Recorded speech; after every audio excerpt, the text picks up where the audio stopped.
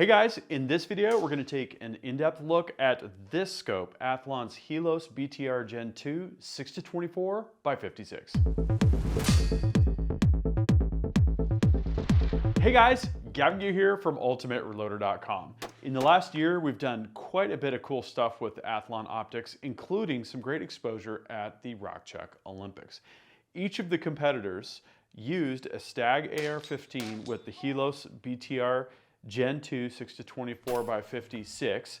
That was for their long range shooting with the AR. And then also during the ELR stage, we used the Athlon Chronis 4.5 to 29 by 56. So these optics were put through the paces and they worked great. This video, what I wanted to do was go more in depth. We're going to talk about this Odin AR-15 in 22 arc and how we've used it with the BTR Gen 2 Helos 6-24 by 56. We're also going to go through all of the features and specs and then put it on our optics test rig where we'll put things through the paces like the tracking, parallax, etc. But before we talk about features, let's get this scope out of the box.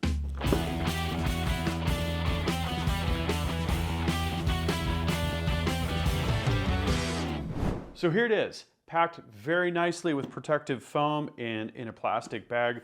We've got the optic itself, the user guide, a lens cleaning cloth, some spare set screws, and an Allen key. So for this AR configuration and for all of the ARs at the Rockchuck Olympics, we used Athlon's cantilever mount. This is a 20 MOA.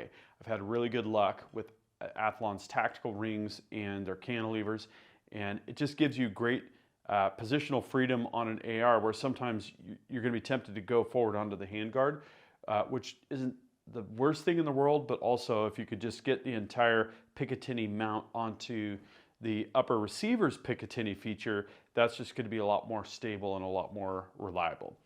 So very easy install. You've got two cross bolts at 65 inch-pounds and then the caps. Now depending on the scope you're using, you're going to be somewhere around 18 to 20 inch-pounds for that.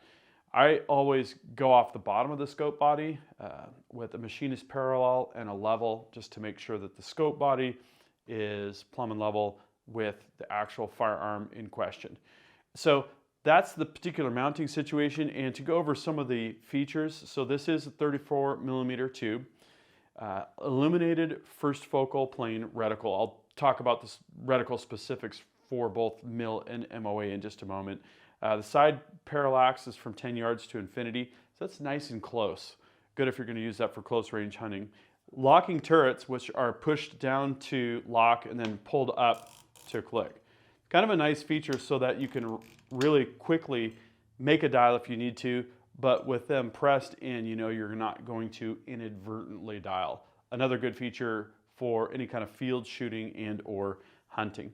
It's got a zero stop, multi-coated lenses with the XPL protective coating, and it's waterproof, fog-proof, shock-proof, and argon purged. So let's talk reticles. We use mil predominantly at Ultimate Reloader, so we got the APR S6 FFP-IR mil, and I'll have to say I'm a fan of this for the types of situations when you want to do two things.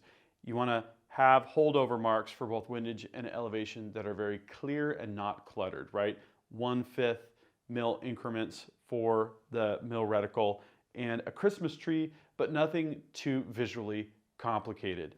And then on the MOA side, you've got a very similar design. Obviously, you're in mil instead of MOA. And then also the fact that this reticle is illuminated is very, very handy. We have a set of illuminated targets that we shoot at night, and without an illuminated reticle, you're just flat out in trouble. So let's talk lab testing results. What we have here is the exclusive Ultimate Reloader optics test rig, which I designed and built. And this is used in conjunction with calibrated 100-yard targets. We have exact grids for 100-yard mil and 100-yard MOA test grids to test tracking, image distortion, and other tests. And it's really amazing with this rig, the fact that with these micro-adjust micrometer movements, you know, we can position this camera less than 1/1000th of an inch, and you'd be surprised. You can move the camera a couple thousandths of an inch side to side, for instance, and you can see that black halo start to shift ever so slightly. So this is an absolute mandatory thing. And what's cool is we're testing this in the real world. We're dialing the scope 3 mils up. We've got a target at exactly 100 yards, like within 1/8 of an inch. And we can see if it moved exactly 3 mils. And we went so far as to take digital calibers and check this chart. And it's literally within thousandths of an inch at 100 yards. So very precise setup, and it's very illuminating what you can learn from running this particular rig. First test that we did was tracking.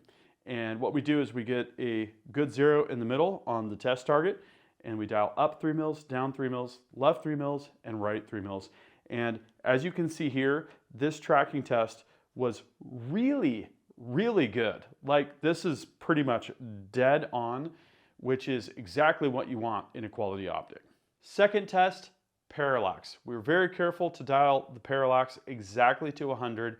We moved the camera left 50 thousandths of an inch, back to 0, and then right 50 thousandths of an inch, back to 0. And what we can see here is that we have very, very little shift on the target, which is exactly what you want to see.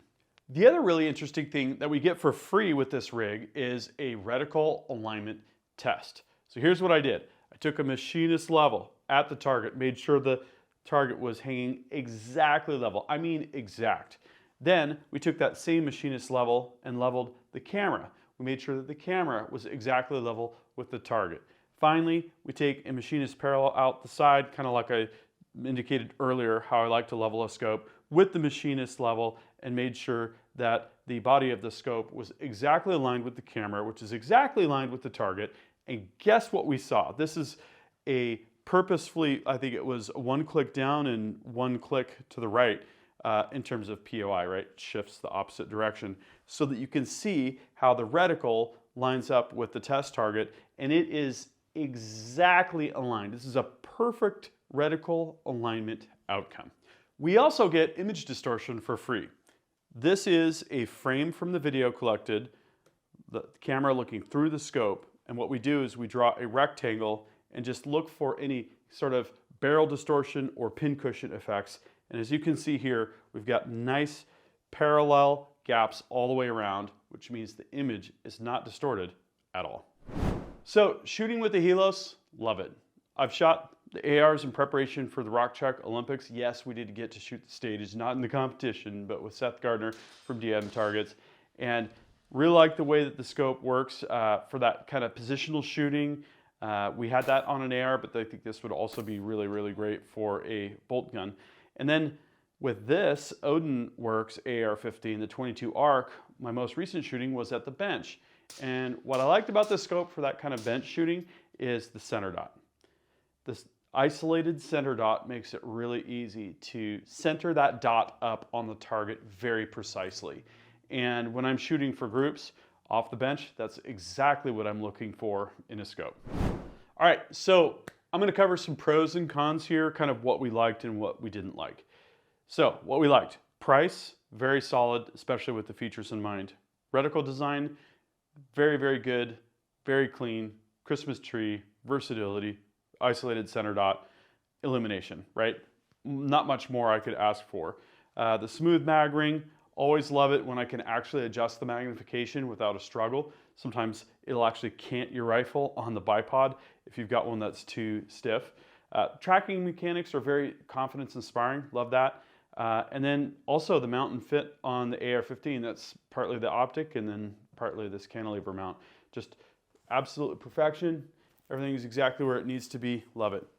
And then also the lifetime warranty. So Athlon has a transferable warranty as long as it's used in normal circumstances and not abused. Athlon stands behind their products, and that's another way that they can inspire confidence in you. Mechanical tracking, knowing that your shots are going to go where they need to is one thing, but also if something does go wrong, the fact that they'll make it right. The one nitpicky thing that I noticed with this optic that I didn't like is when we were doing individual clicks, it is possible to go 2 clicks at a time, like that. And so you just have to be a little bit more intentional about your clicks.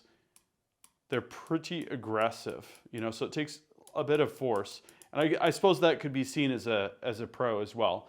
It was just a very slight nuance. that I noted. But overall, really, really great scope.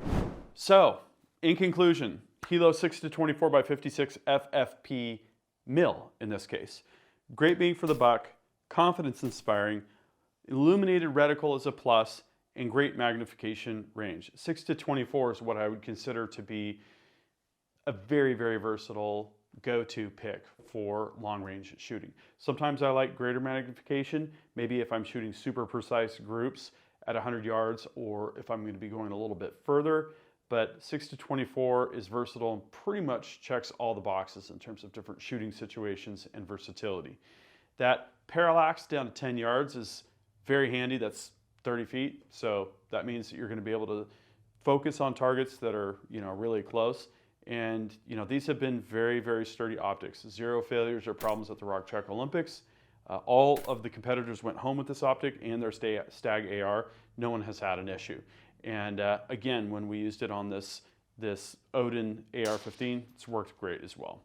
So here's what I'd like to know from you. Are you rocking a Helos? Which magnification range is it? What kind of rifle do you have on it, and what are you shooting through it?